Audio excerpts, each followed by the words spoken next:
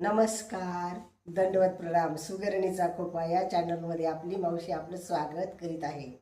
चला आपण आज बिस्किटांची रेसिपी बनवू आहोत.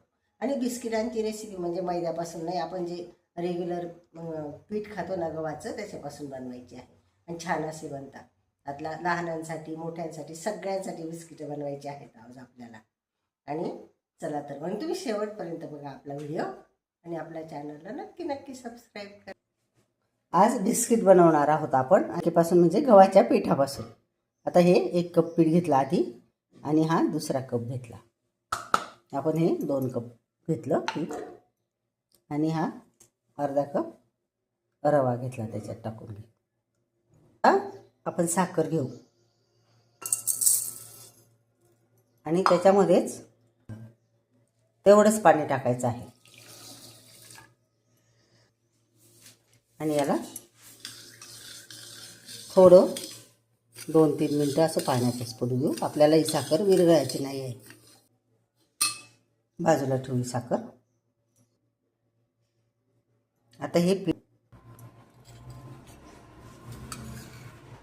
याच्यामध्ये तूप टाकून दिलं आहे. हे 4 चमचे तूप भरपूर होईल याच्यासाठी. हे 5 वाटी टाकून घेतलं. सगळ्या पिठाला लावून घेणार आहोत. हे असं सगळीकडे मोहन लावून घेतलं. बघा आपण कसा लाडू बांधतोय. परफेक्ट असं मोहन झालं आहे. अजून 1 चमचा असं 6 चमचा मोहन टाकून घेतलं मी. आणि याच्यामध्ये हे पाव आपला मेजरमेंटचा कप आहे ते खोबऱ्याचा जो किस असतो ना तो टाकून घेतला. आणि आता मळून घ्यायचं आहे आपल्याला. ही विलायची टाकून घेते आणि आता मळून घेते. हे असा डो करून घेतला आपण. डो मळून घेतला आणि याच्यात आपण बिस्किटं करणार आहोत. आता हा डो घेऊ आपण आणि याची आपण बिस्किटं म्हणजे लाटून घेणार आहे. त्याला जास्त वेळ ठेवायचाही नाही आणि त्याला जास्त चोळायचंही नाही. असा छान कलर आला आहे पिठाला आपल्या. आता मी याचे 2 भाग करून घेते आणि 1 भाग आपण लाटून घेऊ.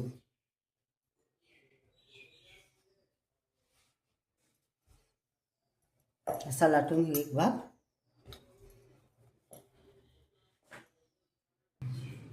ते लाटताना फाटेलच आपण, म्हणून त्याला अशी किनार दाबून घेऊ आणि परत अजून लाटू.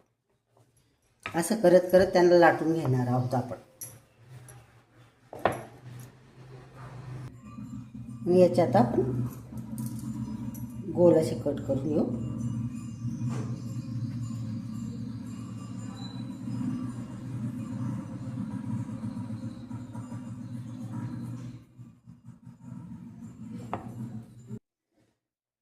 ही अशी छान बिस्किटं तयार झाली आहेत आपली.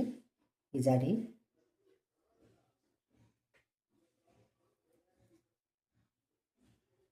आता हे सगळे बिस्किटं तयार करून घेऊ आपण. हे एवढे बिस्किट आपण तयार केलेली होती. हे बघा अशी बिस्किट तयार केली. आता यांना तळून घेऊ आपण. तेल टाकून घेतलं पॅनमध्ये. आता हे तेल तापल्यावर आपण बिस्किटं तळणार आहोत. तळायला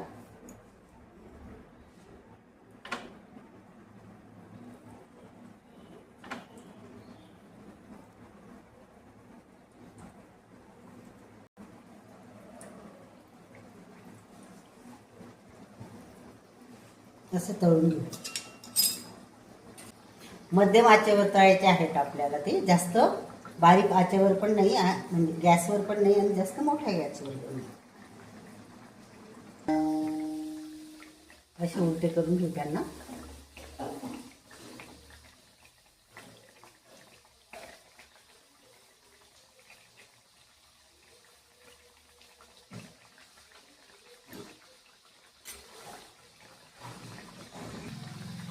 आणि आता दुसरी बॅच टाकू आपण.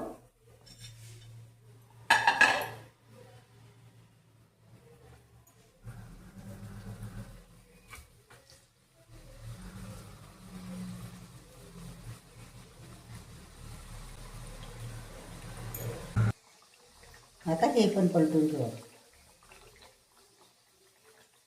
असे परतून घेऊ आणि याप्रमाणे आपण सगळे बिस्किट तळून घेणार आहोत.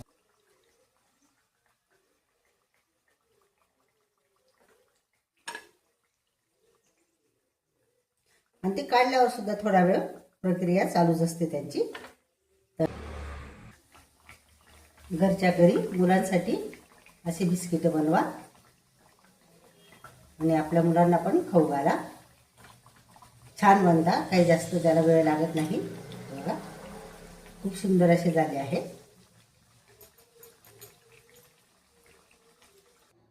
हे असे बिस्किट तयार झाले आपले. बघा किती सुंदर असे बिस्किट तयार झाले.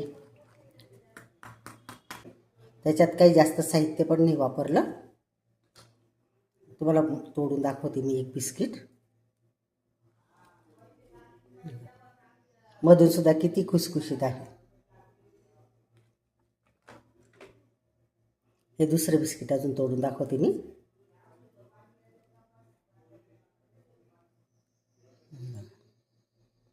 मधून पण पोकळ आणि बाहेरून अगदी कुरकुरीत आणि मधून खुसखुशीत. आपले तुम्ही पण असेच बिस्किट करून खा. खूप छान. मुलं तर एवढे आनंदित होते. माझे नात आणि नातू तर खूप दिले ना, त्यांना खूप आनंद झाला. पण हे घरचे जरी तुम्ही करून खाल ना, तोंडाला चव येते. त्याच्यामध्ये आपण विलायची, खोबऱ्याचा कीस, साखर अशा वस्तू टाकलेल्या आहेत म्हणून सांगते तुम्हाला मी. खूप छान खायला, खूप चवीला छान असतात भन्नाट असे. चला, तुम्हाला आजची रेसिपी आवडली असेल तर लाईक करा, शेअर करा आणि सबस्क्राईब तर नक्की नक्की करा. भेटूया उद्याच्या रेसिपीमध्ये. काळजी घ्या स्वतः. 4 वाजायला चहा बिस्किट लागतं आमच्याकडे. हे बघा किती सुंदर असं खुसखुशीत बिस्किट आहे आणि चहा आहे सोबत. चला चहा प्यायला या.